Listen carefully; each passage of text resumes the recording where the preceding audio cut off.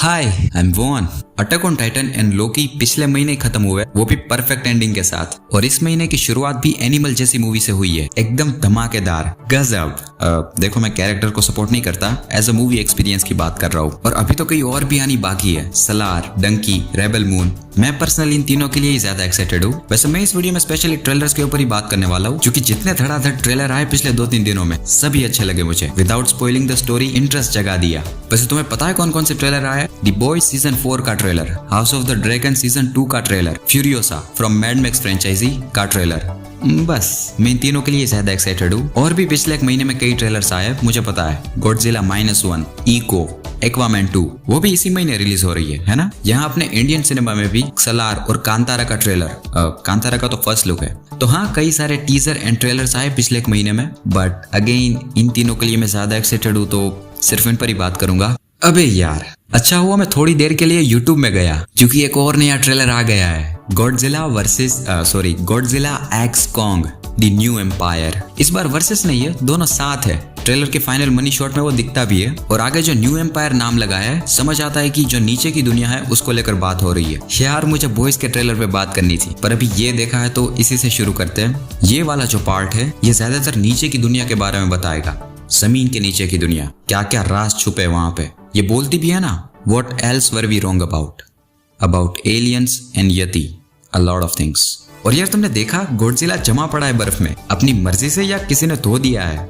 मजाक कर रहा हूँ। ये जो गॉडजिला की एटॉमिक ब्रेथ का कलर बदला है ना, नियॉन ब्लू में, ये उसके होलो अर्थ में पृथ्वी के कोर में काफी सारे साल तक हाइबरनेशन मतलब डीप स्लीप, गहरी नींद में रह के वहां की जियोथर्मल रेडिएशन को एब्जॉर्ब करने से हुआ है।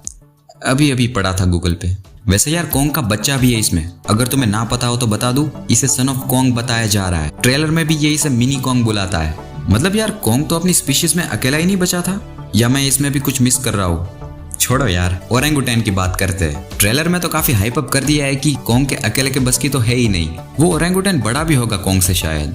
उसका डिजाइन में कुछ ऐसा एक्सपेक्ट कर रहा था, पर ये तो ज्यादा ही गंजा है। स्टिल टेरिफाइंग तो लग रहा है। बट यार सबसे बेस्ट तो गॉडजिला था इस ट्रेलर में। I mean, तुम देखो, रोर करता हुआ गॉडजिला, आंखों से डराता हुआ गॉडजिला, कोंग से भी तेज दौड़ता हुआ Godzilla. I am just speechless. सही में इस ट्रेलर ने वापस एक्साइटेड कर दिया मॉन्स्टरवर्स के यूनिवर्स को लेकर। वैसे बहुत टाइम दे दिया इसे, अब बारी है बॉयज की। तो ये टीजर ट्रेलर ज्यादा स्टोरी को स्पॉइल ना करते हुए व्यूवर्स के अंदर वापस इंटरेस्ट बढ़ा देता है कि शुरू का तो सब बढ़िया है, लेकिन वो आखिरी में होमलैंडर के मुंह पे इतना खून क्यों है?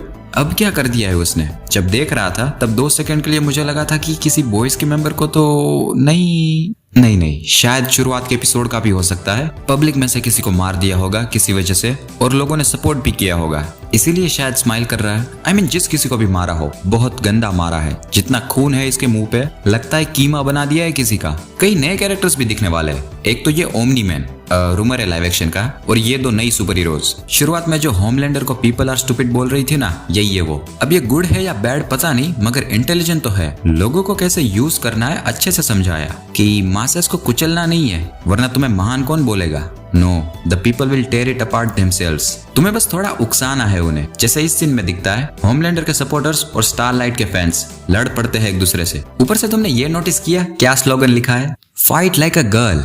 यार ऐसा मत लिखो, पूरी सिग्मा कम्युनिटी चढ़ जाएगी ऊपर।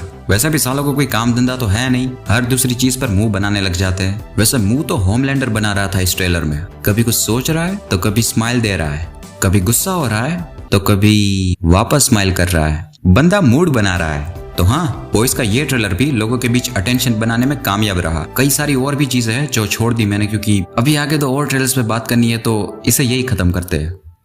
अभी मैं हाउस ऑफ द ड्रैगन के बारे में बात करने वाला हूँ, तो अगर नहीं देखा है स्किप कर देना यार। मैंने टाइम स्टैम्प्स डाले नीचे, मैं नहीं चाहता कि तुम्हारे लिए कुछ स्पॉइल हो जाए। तो अब बात करते हैं सीजन 2 के टीजर की। अब मुझे इसमें इंटरेस्ट आ रहा है। सीजन 1 जो सेटअप था आखिरी में होने वाले कांड के लिए, उसके कॉन्सिक्वेंसेस इस टीजर में दिख रहे हैं। रनेरा के चेहरे पर से 1 सेकंड के लिए भी गुस्सा और अपने बच्चे के मरने का गम जा ही नहीं रहा था।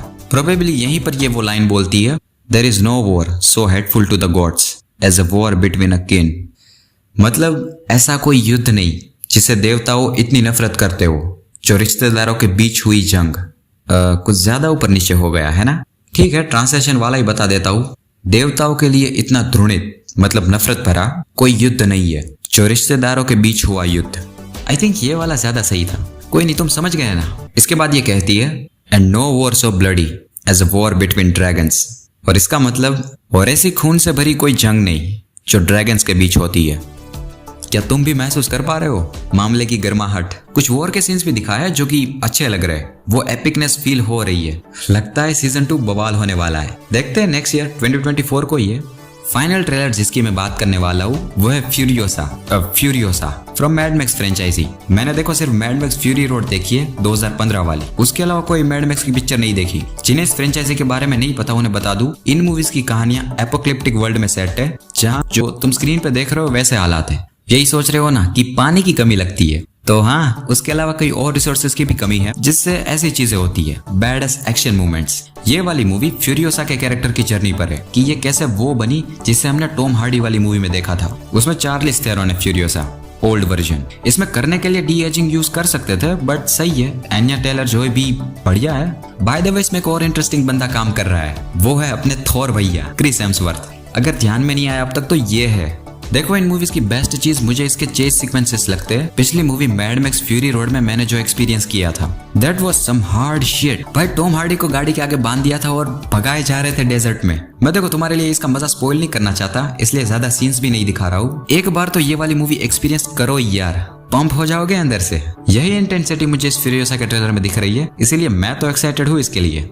सो बस यही था, टीजर, ट्रेलर्स और उनसे जुड़ी एक्साइटमेंट्स एंड एक्सपेक्टेशंस।